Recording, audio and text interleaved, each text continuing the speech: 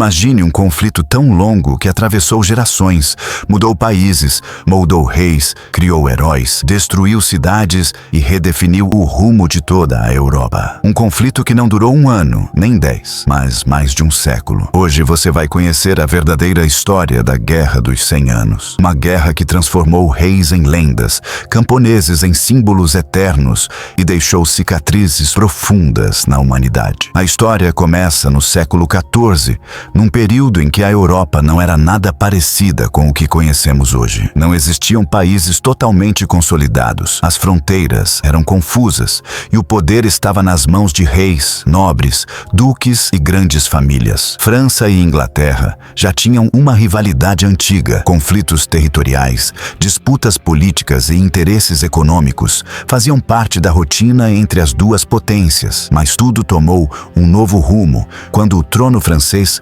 ficou sem um herdeiro direto. O rei francês da dinastia capetiana morreu sem deixar um sucessor claro e imediatamente surgiu um vazio de poder. E se existe algo que a história já nos provou, é que tronos vazios raramente ficam vazios por muito tempo. A nobreza francesa dizia que apenas um francês poderia governar a França. Mas, do outro lado do Canal da Mancha, o rei da Inglaterra, Eduardo III, afirmava que tinha direito legítimo ao trono francês por laços familiares. Para ele, governar a Inglaterra não bastava. Ele queria governar também a França. E quando orgulho, poder e ambição entram em jogo, a diplomacia raramente consegue vencer. Em 1337, a guerra oficialmente começou. Mas não era apenas uma disputa pelo trono. Era uma luta pelo controle político, militar e econômico de grande parte da Europa Ocidental. Duas grandes potências, cada uma com interesses próprios, estavam prestes a mergulhar em um conflito que mudaria o mundo. Os primeiros anos mostraram uma surpresa para a Europa. A Inglaterra estava muito mais preparada militarmente do que muitos imaginavam. Em 1346, na famosa Batalha de Crécy, os ingleses apresentaram ao mundo uma arma que mudaria para sempre a forma de lutar: o arco longo inglês. Esses arqueiros eram capazes de derrubar cavaleiros, perfurar armaduras e destruir formações inteiras antes mesmo de o inimigo chegar perto. Foi um choque. A cavalaria francesa,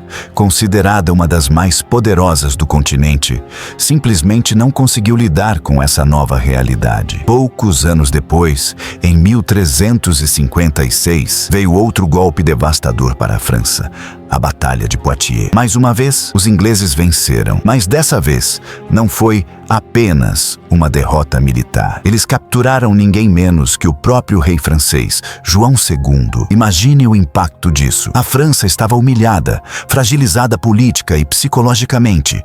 Era como se o coração da nação tivesse sido arrancado. Só que, enquanto reis e exércitos lutavam, quem mais sofria era o povo. Cidades queimadas, campos destruídos, fome, insegurança, doenças. Gerações inteiras cresceram sem saber o que era viver em paz. Para muitos, a guerra não era um evento, era simplesmente a vida. Avançando no tempo, já no século XV, surge outro nome importante: Henrique V, rei da Inglaterra. Ele não apenas herdou a guerra, ele queria vencê-la. Em 1415, ocorreu uma das batalhas mais lendárias de toda a guerra: Agincourt. Os ingleses, em menor número, enfrentaram a elite da cavalaria francesa e novamente venceram. Henrique V saiu dessa batalha como um herói quase mítico e a França, mais uma vez, se viu de joelhos. E então veio o momento que parecia decretar o fim da França. Em 1420 foi assinado o Tratado de Troyes. Esse acordo determinava que, quando o rei francês morresse,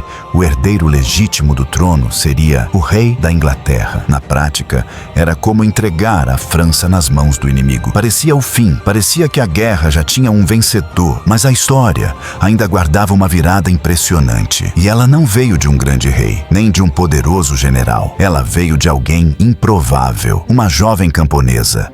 Seu nome era Joana d'Arc. Joana não era nobre, não era guerreira treinada, não tinha origem privilegiada, mas tinha algo que nenhum exército conseguia derrotar: fé inabalável, coragem e uma convicção tão forte que contagiava todos ao seu redor. Joana acreditava que havia sido escolhida por Deus para salvar a França e, de alguma forma, conseguiu fazer comandantes, nobres e até o príncipe francês acreditarem nela. O que parecia loucura virou esperança. Joana d'Arc liderou tropas, inspirou soldados e reacendeu o espírito francês. Em 1429, ajudou na libertação de Orleans, um dos momentos mais importantes de toda a guerra. Foi ali que o jogo começou a virar. A França, antes derrotada e humilhada, agora se levantava novamente. Pouco tempo depois, graças à influência de Joana, o príncipe foi coroado como Carlos VII,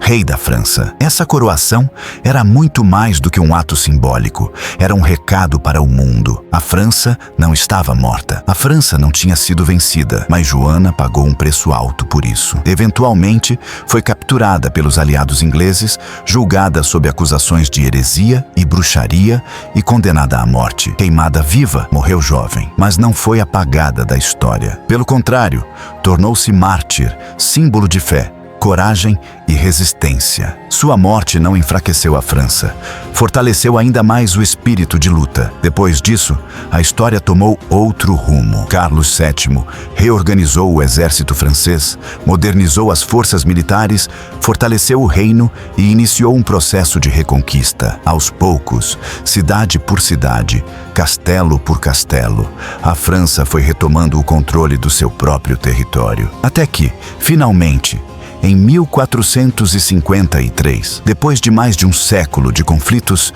a Guerra dos 100 Anos chegou ao fim. A vitória foi francesa. A Inglaterra foi praticamente expulsa do continente europeu, mantendo apenas a cidade de Calais por mais alguns anos. Mas o fim da guerra não significou simplesmente acabou e pronto. A Guerra dos 100 Anos deixou marcas profundas no mundo, mudou a forma de fazer guerra, mostrou o poder das armas de longo alcance, enfraqueceu a velha nobreza, fortaleceu o poder dos reis e, principalmente, ajudou a construir o conceito de nação, algo que ainda estava nascendo na época. A França saiu destruída, mas saiu unida. A Inglaterra saiu derrotada militarmente. Mas o impacto dessa guerra ajudaria a moldar mudanças internas que influenciariam a história inglesa dali em diante. E o mundo ganhou personagens eternos, como Joana d'Arc, Henrique V, Carlos VII, e muitos outros que entraram para a história. Mais do que uma guerra, a Guerra dos 100 Anos foi um período de transformação, um século de sangue, lágrimas, ambição, fé e resistência, que mudou para sempre o destino da Europa. E aí, você conhecia toda essa história? Se gostou desse vídeo e quer conhecer maiores guerras, eventos históricos impressionantes e momentos que mudaram o mundo, já deixa o like, se inscreve no canal e comenta aqui qual conflito ou evento histórico você quer ver no próximo vídeo. Obrigado por assistir e até a próxima viagem pela história.